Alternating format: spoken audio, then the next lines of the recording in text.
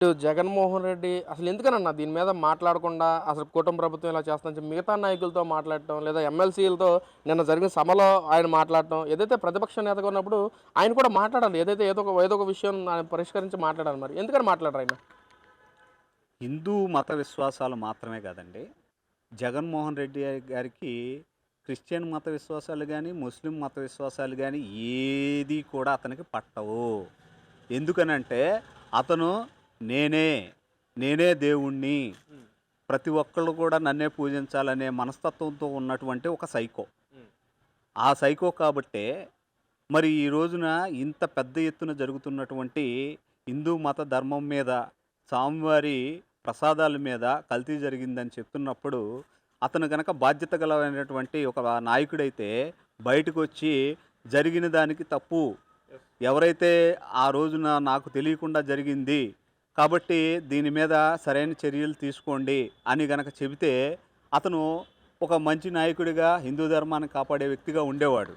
కానీ ఆ విధంగా కాకుండా ఎప్పుడైతే దాన్ని మతాల ప్రస్తావనలోకి తీసుకొచ్చి, మతాల మధ్య చిచ్చు పెట్టేలాగా రకరకాలైనటువంటి కోణంలో తీసుకొస్తూ, ఈ రోజున అతను అన్ని మతాల వారిని గూడా వారి మధ్య కులాల మధ్య చిచ్చు పెట్టడం, మతాల మధ్య చిచ్చు పెట్టడం, వర్గాల మధ్య చిచ్చు పెట్టడం ఇదే రాజకీయం తప్ప వైసీపీకి రాష్ట్ర ప్రభుత్వం అది రాష్ట్రం అభివృద్ధి చెందాలి, ఉమ్. సంక్షేమంలో అభివృద్ధి చెందాలి, మా పెద్ద పెద్ద కంపెనీలు రావాలి, అందరూ సుభిక్షంగా ఉండాలి అని మాత్రం అతనికి ఉండదు. ఎప్పుడైతే ప్రజలు కొట్టుకుంటూ ఉండాలి, ఆ కొట్టుకునే దాంట్లో అతను ఆనందమైనటువంటి సేద తీరుతూ ఉంటాడు. అంటే ఎంత జరిగినా సరే వైసీపీ నాయకులు మేమే అధికారం చేపడతాం ఇంకా గెలిచేది మేమే అంటున్నారు మరి ప్రజలను నమ్మి ఏమన్నా ఛాన్స్ ఇస్తారన్న ఏమండి, ప్రజలు చాలా తెలివైన వాళ్ళు. ప్రజలకి ప్రతిదీ కూడా నిశితంగా గమనిస్తున్నారు. ఇవాళ సోషల్ మీడియా ద్వారా కానీ, మరి న్యూస్ ఛానల్స్ ద్వారా కానీ, న్యూస్ పేపర్స్ ద్వారా కానీ ప్రతిదీ కూడా వాళ్ళకి అర్థమవుతుంది.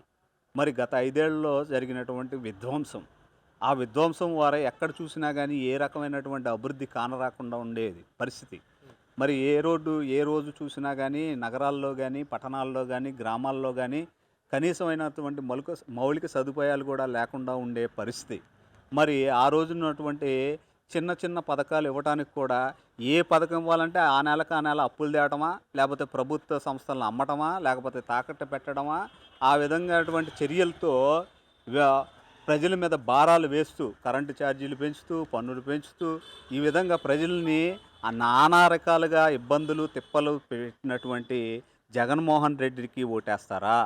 2 ఏళ్ల కాలంలో అస్తవ్యస్తమైనటువంటి ఆర్థిక వ్యవస్థని మెరుగుపరిచి వాటినన్నిటినీ సరిదిద్ది ప్రతి ఒక్కరికి కూడా ప్రకటించినటువంటి ఏవైతే సంక్షేమ పథకాలు ముఖ్యంగా వచ్చేసరికి మీకు ఎన్టీఆర్ భరోసా పెన్షన్లు రూ. 1000 అంటే రూ. 1000 ఇచ్చి, అంటే అది ముందుగా ఏప్రిల్ నెల నుండే ఇస్తామంటే ఆ 4 నెలల బకాయిలు మొత్తం కలిపి 3 నెలల బకాయిలు కలిపి రూ. 7,000 ఇవ్వటం మాత్రమే కాదు, అసలు చరిత్రలో ఎప్పుడూ లేని విధంగా, భారతదేశ చరిత్రలో ఎప్పుడూ లేని విధంగా 1వ తారీఖు గనక పండగ గానీ, 1వ తారీఖు గనక సెలవు దినం గానీ, 1వ తారీఖు గన ఆదివారం గనక వస్తే ముందు రోజే వారికి లబ్ధిదారులకి సంక్షేమ ఫలమైనటువంటి ఎన్టీఆర్ భరోసా పెన్షన్లను పేదల సేవలో అందిస్తున్నటువంటి ప్రభుత్వాన్ని చూస్తారా?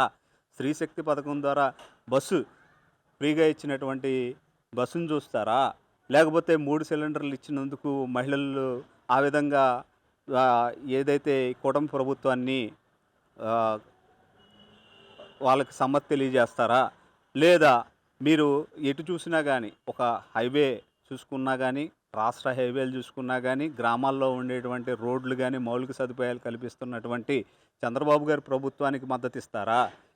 మరి ఎప్పుడు గొడవలు పడుతూ, ఇక్కడ అసలు అసెంబ్లీకి రావు, ప్రజా సమస్యలు లేవనెత్తవు, ఇక్కడ ఎప్పుడో బెంగుళూరులో వెళ్ళి పడుకుంటావు, ఎవరైతే చచ్చిపోతే మాత్రమే ఈ రాష్ట్రానికి వస్తావు. పోనీ పరామర్శకు వచ్చేటప్పుడు ఎట్లా వస్తావు అండి?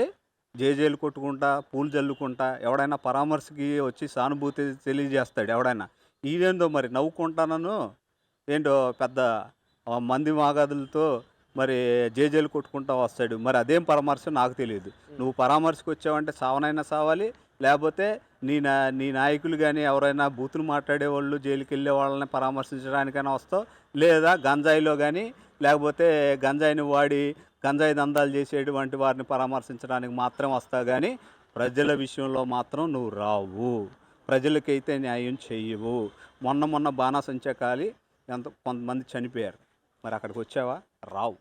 ఎందుకంటే నీకు రౌడీలతోనూ డ్రగ్ స్మగ్లర్లతోనూ మద్యం కుంభకోణంలో ఉన్న వాళ్ళతోనూ లేదా ప్రజలకి ఇన్ని ఇబ్బంది పెట్టే నాయకులను మాత్రమే పరామర్శించడానికి వచ్చారు. కాబట్టి జగన్మోహన్ రెడ్డికి ఓటేస్తారా, చంద్రబాబు నాయుడు గారికి కూటమి ప్రభుత్వానికి ఓటేస్తారా అనేది ప్రజలకైతే చక్కటి అవగాహన అయితే ఉంది. ఖచ్చితంగా జగన్మోహన్ రెడ్డి కూడా గెలుస్తాడో గెలవడం అనేది ప్రజలు తేలుస్తారు.